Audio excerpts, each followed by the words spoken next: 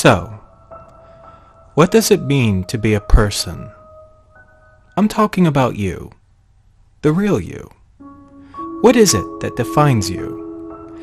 I bet some of you would say that it's that personality, the charisma, the style, or the lack of. But let's be forward and say it's the social media presence. Are we truly defined by a mere number? Your performance to be seen, the size of an audience, to be loved and adored by a vast population of faceless viewers? The greatest illusion since God's wrath against humanity during the Black Plague. That 3 million following sheep and lambs, leading someone into believing that their grand story is worth telling. Up until that stupid monkey stops dancing and is on stage before an emptied audience, weeping at the reality of his worth. No, my friends. What it means to be you, the real you, is the sum of your memories. Whether they be good or they be bad, they are you, your story. And today, my friends, we are about to witness a horror that is far more terrifying than the creeping supernatural, the horror of losing something that defines you, your story, your existence, all your memories fading away. Introduction: George. Like an iceberg, he's slowly melting away, piece by piece. He's disintegrating. I'm not sure of the full details, but George has been struggling against an evil that has been preying on him for quite some time. A desperate battle that has landed him in the hospital, and he's losing against this horror. My friends, right now, George is facing a terrible and malicious evil.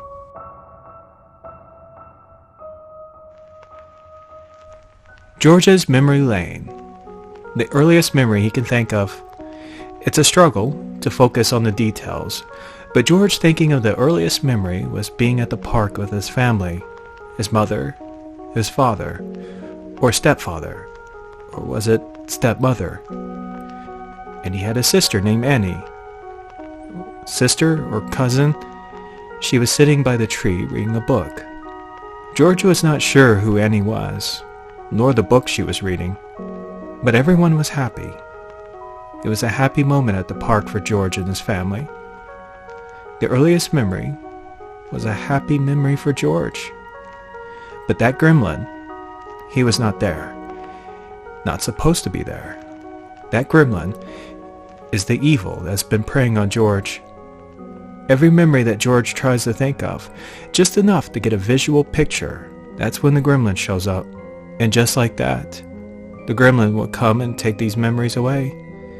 Little Georgie watching his parents being erased by the gremlin, their existence being wiped from George's mind, their images, names, gone. And the gremlin had also taken Annie, erased, deleted. Did George ever had a sister? Once again, George is alone, with no family, all sad and all alone. This is John, George's son, one of George's 2 kids that he remembers, for now.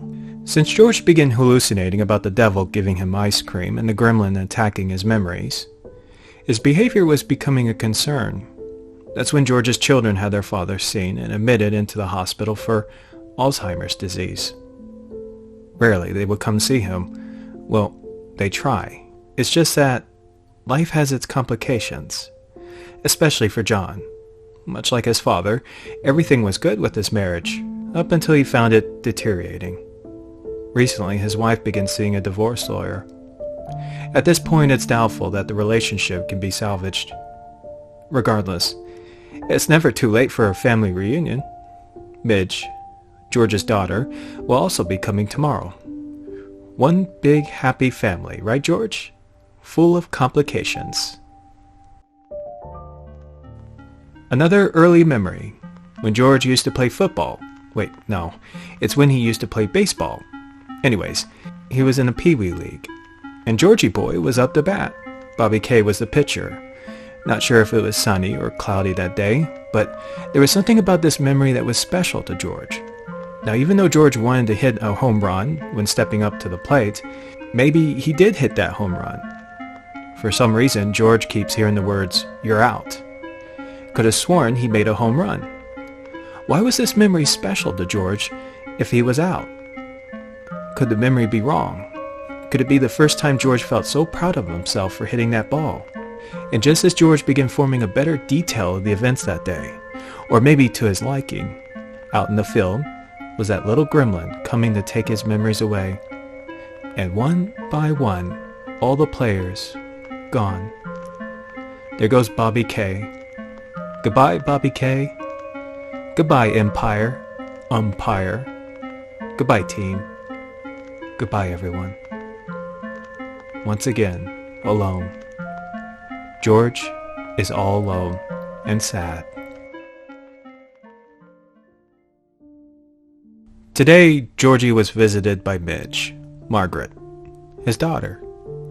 It's been a while since he'd seen Marjorie, and she's pregnant, about to start a family. Wait, no. Midge is alone. She's not married, not anymore. That's right.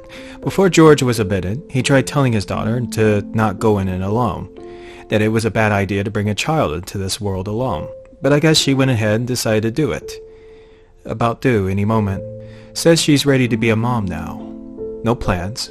Nothing but fear and anxiety. Just like her brother. Complicated. Aside from John and Midge, there are nights when George would be visited by the gremlin and his friends. It's not only that George doesn't like them, it's just that they would do terrible things to him. When they come, George tries to escape, letting his mind go somewhere else when they visit him. Except that's what they want. And the more George tries fighting, the worse it gets. Kara. Such a nice memory. The days when George began dating Kara. How they would enjoy their evening walks on the beach, watching the beautiful sunset together. Such a young, beautiful couple. And how much he loved Kara. Their walks on the beach, eating and sharing the ice cream cone they would grab from the friendly ice cream man, Ricky. Good old-fashioned vanilla was Kara's favorite, and how she would run, and George would chase after her. George couldn't describe how happy he was. His love for Kara, and how it hurt. It deeply hurt when she faded away. Just like that, the warming memory was now gone. A different memory of George and Kara now. This time it's not so warming. This was after George had John and Midge, and when life would suddenly go dark and sad. That love between him and Kara had changed. George doesn't remember why he and Kara had stopped loving each other, why he wasn't happy, but this memory he remembers. The day when Kara ran off. Only this time, George never chased after her. He did not love like he should. He was not happy when he should have been.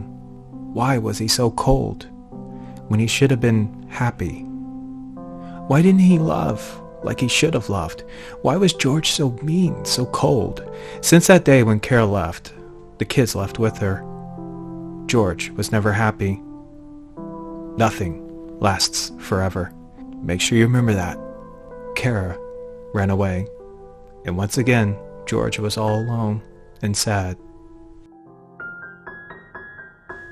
George's children, who are now such complicated people, seeing his son weeping pitifully over his deteriorating marriage, that no matter how hard he tried to make a good life, he just fucked it all up. I guess the apple doesn't fall far from the tree. And Midge, who's so determined to be a mother, and yet so reckless, so scared of screwing up like her mother and father. No offense. None taken. Except all that was taken from George. Just like this one, which will soon be taken. Another warming memory before the darkened days, before Kara left. A happy family driving through the desert sun, the heat, the happiness. How they were once a loving family. God, how beautiful his children are. Margaret, Midge, sweeter than a sunflower, and John, who's so much like his father. How much love George had for his family, how happy he was to be a father, to be a husband, a family man. Oh yes, George remembers this. Even during the dark days, he never forgot this moment and the horror when seeing him on the road up ahead, the gremlin, the sadistic smile on his face, knowing what's yet to come, to be taken, and to remind George that nothing lasts forever. This memory, how grand it is, how important it is to George, but like everything else, it won't last. Nothing lasts forever. In the end, that happiness, that joy, just gets taken away. Ricky was right. Nothing lasts forever, even these memories. And just like that, his children, Midge and John, gone, taken away. And Kara, who left and married Tim, or was it Dan, or Jason, and later she had gotten sick and died. Kara, who ran away and is now gone, who no longer exists. If George could have been different, if he could have only been happy, how he wished nothing more but to have been different. Like all stories, nothing lasts forever. This is the end, George. And behind George is his two beautiful children who are all grown up now and are here to put George to rest. It's time, George. Time to go to sleep. And George getting into the hospital bed and the sadness slowly washing away. Yes, his children may have become complicated people, but to George, they will always be beautiful. His two beautiful children. And even though George wishes nothing more but to at least know that his children will be happy, his beautiful children who deserve to be happy, and just like that, they're gone. All alone now. George was alone and yet not afraid, no longer sad. And there he is, on the edge of the bed, that gremlin coming to take away the final parts of George's story. That ice cream man, he was wrong about nothing lasting forever when he and Kara would grab one of his delicious ice creams, happiness melting away like ice cream. He's wrong because you can't forget the taste of happiness. There was happiness, and it was there all along. George, who no longer remembers Kara, his children, who no longer remembers who he is. But that's okay. It's okay now, because George knows that he was. He was a person who had lived a life, and how lucky for him to have been, to know that he was happy, and to know that it does last. Happiness does last. He just didn't see it until now.